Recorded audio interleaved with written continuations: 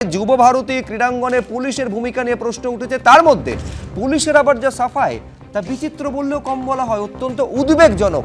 কেন? অমৃতা আমার সহকর্মী আরো বিস্তারিতভাবে আপনাদের সামনে বলবে। যেরকম জানাচ্ছিলেন শুভজিৎ, ফুটবলের রাজপুত্রকে দেখার উন্মাদনায় মেতেছিল শহর, যা নিমেষে গত শনিবার বদলে গিয়েছিল একেবারে চূড়ান্ত বিশৃঙ্খলায়, এবং সেই বিশৃঙ্খলার সাক্ষী ছিল শহর কলকাতা। এর আগে আমরা দেখলাম যে যেটা হায়দ্রাবাদ পারলো, মুম্বাই পারলো, এমনকি দিল্লিও করে দেখালো, সেটা কলকাতা কিন্তু পারলো না। আর ইতিমধ্যেই একাধিক প্রশ্ন সামনে আসছে।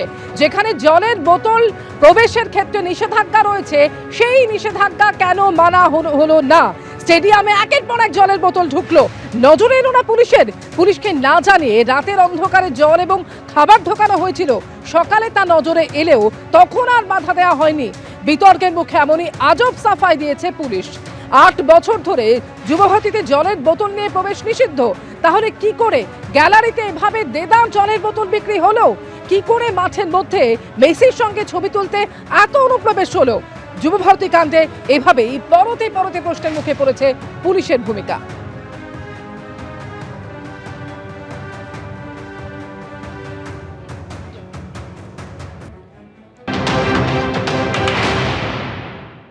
পুলিশ তদন্ত করবে না।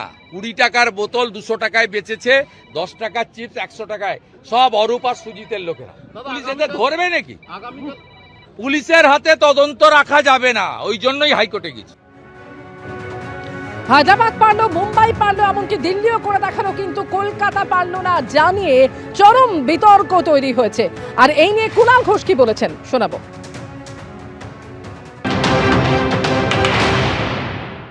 জল ওখানে কেন দেখা গেল? আমরাই তো অবাক হয়ে গেলাম যে জলের বোতল পড়ছে। আরে জলের বোতল গেল কি করে ওখানে? কারা অনুমতি দিল? কিভাবে অনুমতি দিল?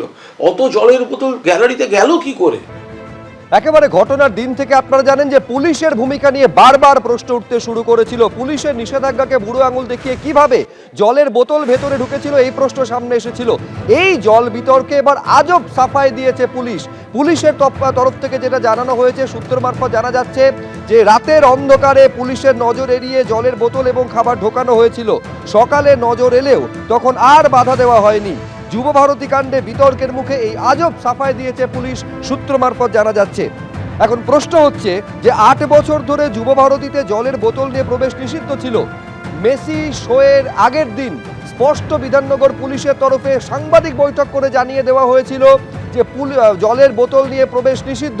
তারপরেও পুলিশের নজর এড়িয়ে কিভাবে ঢুকে গেল এত হাজারে হাজারে জলের বোতল?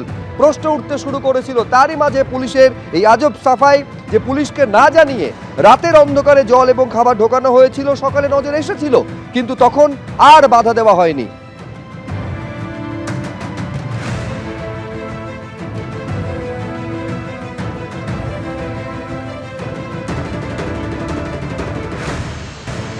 জল কত? জল কত? 200 টাকার জল খাও, 20 টাকা করে দাও, 35 টাকা বাইরে 200 টাকা একটু কম করে আমরা তো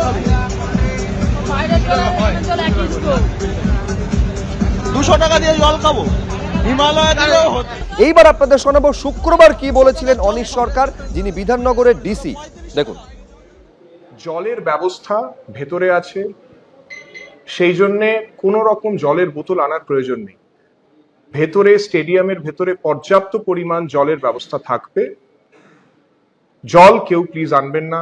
কোনো জলের বোতল যদি আমরা গেটে দেখি তাহলে আমাদের কিন্তু সেই জলের বোতলটা আমরা অ্যালাউ করতে পারবো না। এগুলো আমাদের তরফ থেকে বেশি কিছু পয়েন্ট আছে। টিফো আনবেন না, সেটা কিন্তু কালকে অ্যালাউড নয়। এবং খুব বড় ব্যানার কিছু যেন না আনে কেউ, এটা আমরা অনুরোধ করব। এছাড়া যে জিনিসগুলো সবসময় বারণ করা হয়, সিগারেট বা ওই দেশলাই কাঠি বা কোনো রকমের এমন জিনিস যেটা ফাটতে পারে, পটকা বা সেই ধরনের জিনিস যেটা ইনফ্লেমেবল জিনিস, সেগুলো প্লিজ আনবেন না। আর একেবারে পুলিশের তরফে স্পষ্ট নিষেধাজ্ঞা আনুষ্ঠানিকভাবে জানিয়ে দেওয়ার পরেও বা বোতল জলের হাজার হাজার বোতল ঢুকেছিল শুধু নয়, 10 গুণ 15 গুণ দামে তা বিকিয়েছে, যা নিয়ে বিতর্কে আরো ইন্ধন জুগিয়েছে পুলিশের এই আজব সাফাই যে পুলিশ সকালে দেখেছিল কিন্তু তারপরে কোনো ব্যবস্থা নেওয়া হয়নি। আর এই নিয়ে পুলিশের ভূমিকা এবং সরাসরি রাজ্যের শাসক দলকে নিশানা করেছে বিরোধীরা। পরপর আপনাদের শোনাবো বিরোধী দলনেতা কি বলেছেন এবং কি বলছেন সিপিএম নেতা শতরূপ ঘোষ। পরপর দেখুন। পুলিশ তদন্ত করবে না। 20 টাকার বোতল 200 টাকায় বেচেছে, 10 টাকার চিপস 100 টাকায়, সব অরূপ আর সুজিতের লোকেরা। পুলিশ এতে ধরবে নাকি? পুলিশের হাতে তদন্ত রাখা যাবে না, ওই জন্যই হাইকোর্টে গেছে।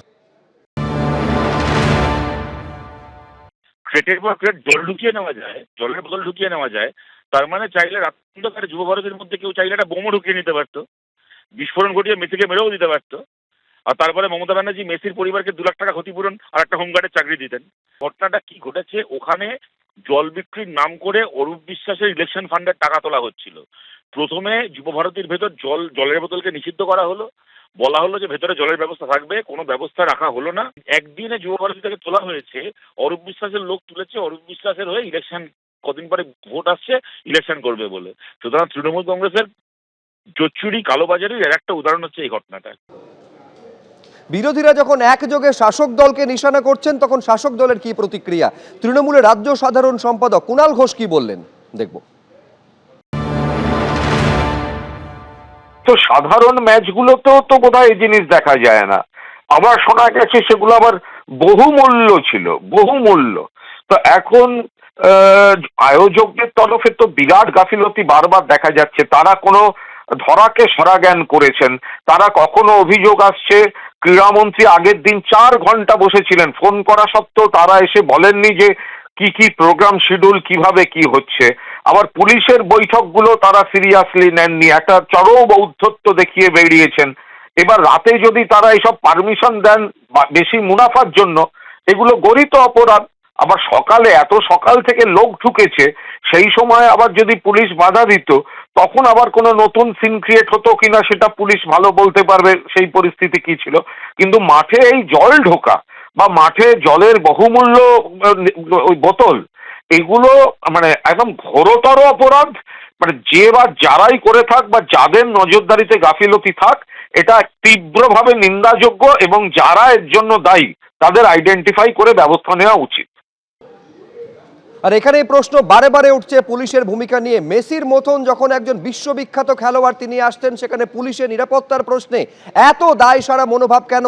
কেন নিরাপত্তার সঙ্গে আপোষ করা হলো? পুলিশের ভূমিকা নিয়ে প্রশ্ন উঠতে শুরু করেছে। প্রাক্তন পুলিশ কর্তা সলিল ভট্টাচার্য কি বলছেন দেখুন। প্রত্যেকটা গেটে সিকিউরিটি ছিল না, প্রত্যেকটা গেটে পুলিশ গার্ড ছিল না, পুলিশ অ্যারেঞ্জমেন্ট হয়নি, তখন কেন আটকালো না? যে জলের বোতল নিয়ে যাওয়া হচ্ছে, যখন ঢুকে যখন র্যাম্প্যান্ট যখন বিক্রি হচ্ছে, যখন ব্ল্যাক হচ্ছে জল, খাবার বিক্রি হচ্ছে, তখনও তো কিছু অ্যাকশন নিল না। যখন র্যাম্পেজ হয়ে গেল, যখন গন্ডগোল হয়ে গেল, যখন মেসি 8 ঘন্টা থেকে যখন থাকতে পারলেন না, একটা গ্লোবাল আইকন, সে লোকটা যখন পালিয়ে পথ পাচ্ছে না, তারপরে পুরো জিনিসটা পুরোটা প্যান্ডেমোনিয়াম হয়ে গেল। সারা বিশ্বে একটা ভারতবর্ষের নাম, পশ্চিমবাংলার নামে একটা কালো দাগ পড়ে গেল। এখন বলছে এখন পুলিশ রিট্রিট করছে, ব্যাকআউট করছে। ডিসি তো পরিষ্কার পিসি করেছেন, পিসিতে পরিষ্কার বলেছেন যে আমরা কোনো জল বা কোনো জলের বোতল নিয়ে কেউ যাবেন না, অন্যান্য কিছু নিয়ে যাবেন না, তো বলেছেন তো সেটা। এখন ব্যাকআউট করার তো কোনো অর্থ হয় না, রিট্রিট করছে তার মানে পুলিশ। এবিপি আনন্দ এগিয়ে থাকে, এগিয়ে রাখে।